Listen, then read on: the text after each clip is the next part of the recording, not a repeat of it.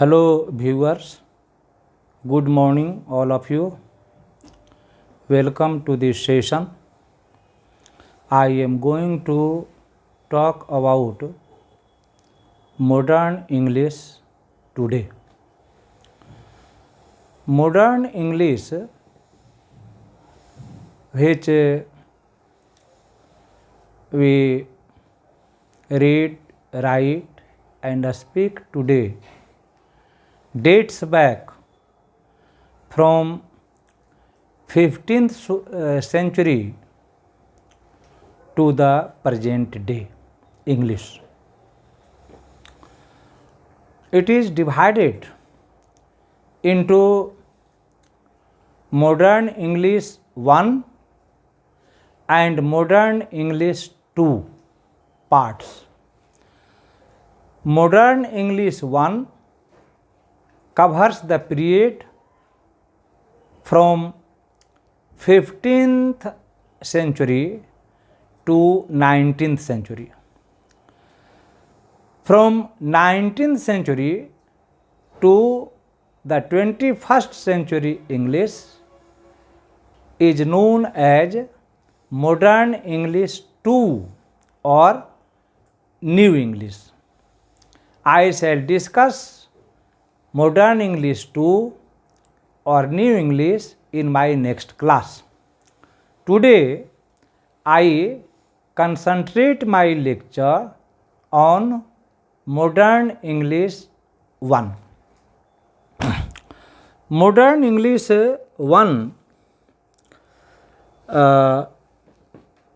is a very popular English. This English, the English that we have from 15th century to 19th century is modern English 1.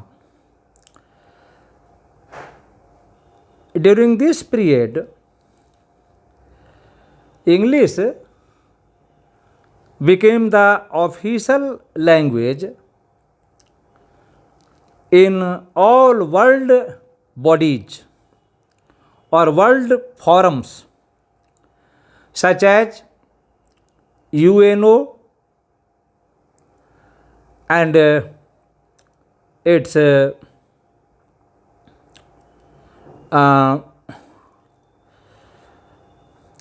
subsidiary units, WHO, IMF, SAARC, ILO, etc. in modern English. In India too, we are greatly dependent on English for official and commercial purposes. It also functions as link language in India. Globalization of the world has further strengthened requirement of learning, using, writing and speaking English for everyday activities. The Indians are quick learners of the English language because we belong to the same Indo-European or Teutonic family of languages.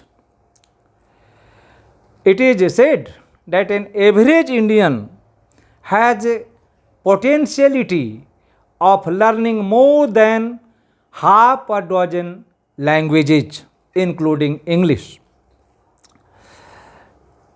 English is being taught and learnt in countries such as China, Japan, Korea, Indonesia, Africa, Asia, and Australia, and everywhere in the world. The Indian advantage of knowing, speaking and writing correct English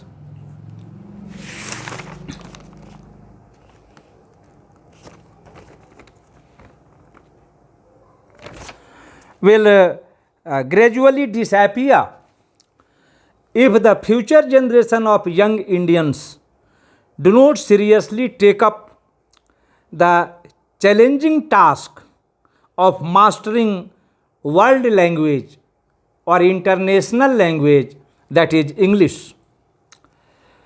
There are many factors that make English the world language, the international language during this period. The introduction of printing press in England in 1476 made English a standardized language. It standardized the spelling of the words, grammar, pronunciation, etc. The development of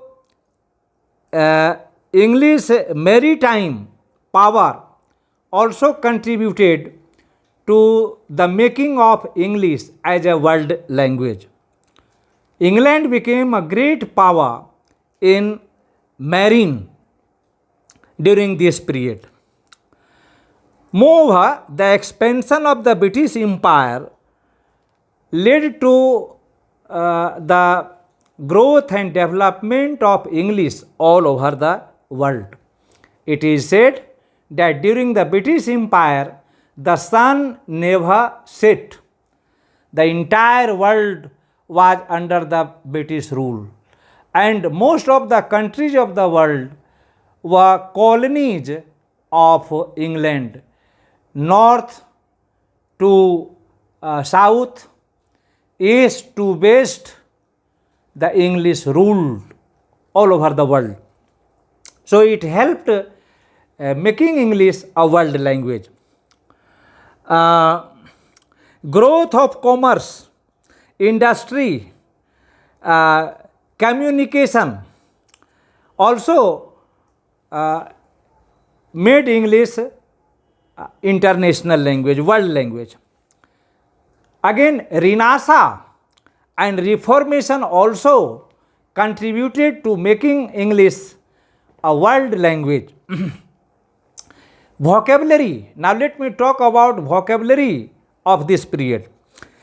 English borrowed words from different languages of the world: Latin, French, Greek, Italian, Spanish, Sanskrit, Persian, Arabic, etc. It took words from 50 different languages of the world, including words from the languages of Asia, Africa, Australia, Europe, all the continents of the world.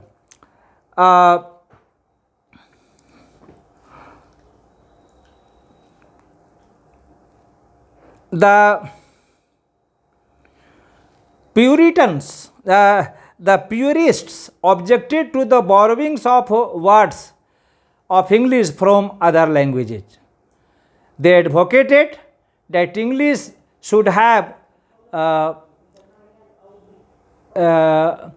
pure vocabulary, unmixed vocabulary, unadulterated vocabulary, but they could not stop the flow of English words into English language. Some of the borrowings during this period are noted below.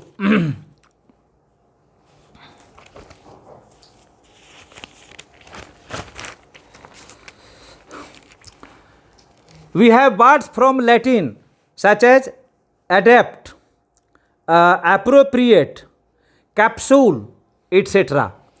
From French, alloy, battery, chocolate, passport, ticket, etc.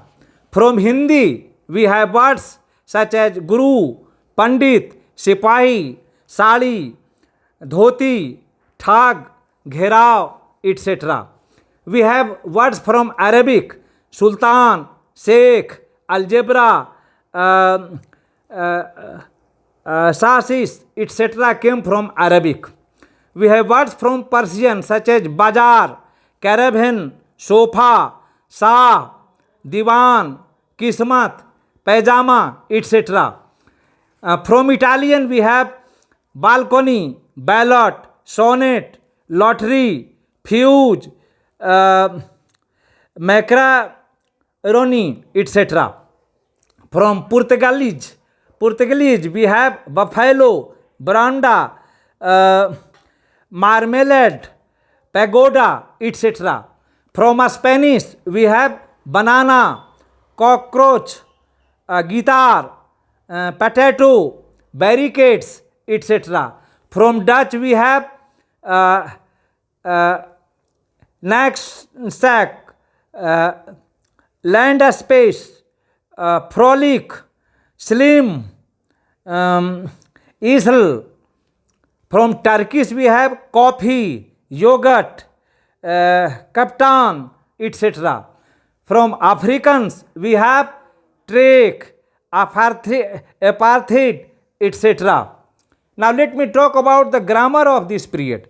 During this period, the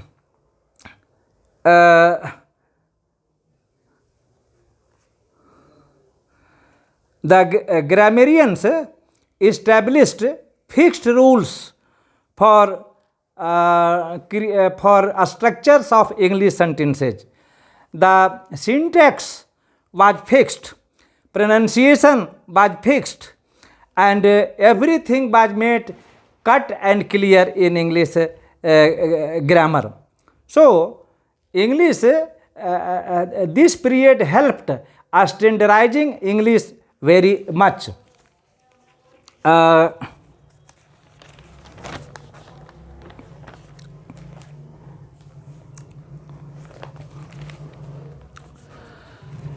Again, let me talk about the literature. During this period, English literature flourished. English witnessed a flow of writers during this period. Some of them are noted below.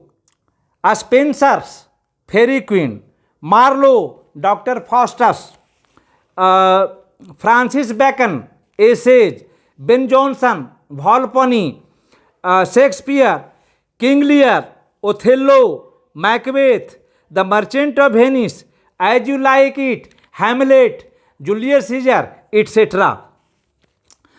Authorized version of the Bible and writings of Shakespeare made English very popular all over the world. During the 18th century, English had order, precision, and polish in English language. So, it is said that necessity is the mother of invention. During this period, English required a dictionary. So, in 1755, Dr. Samuel Johnson published a dictionary of the English language containing more than 40,000 words and their meanings. It took 7 years to complete and compile this dictionary. The grammarians, during this period there was a flow of grammarians. They were William Longton. He wrote a practical grammar of English tongue in 1734. Joseph Priestley in 1761 wrote the rudiments of English grammar. Robert Loth in 1762 wrote Short Introduction to English Grammar. James Buchanan wrote the British Grammar in 1762. Lindley Murray wrote English Grammar in 1792. They codified grammatical rules, they discussed points and usage and prescribed rules for grammars in English. So, they helped, these grammarians helped in making English the world language, a standardized language, a beautiful language of the world. To conclude, modern English became lingua franca of the world. Lingua franca means a common language that is spoken everywhere in the world. From population point of view, Chinese is spoken by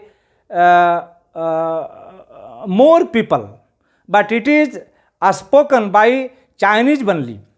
But English is spoken by people all over the world, right from north to south, from east to west.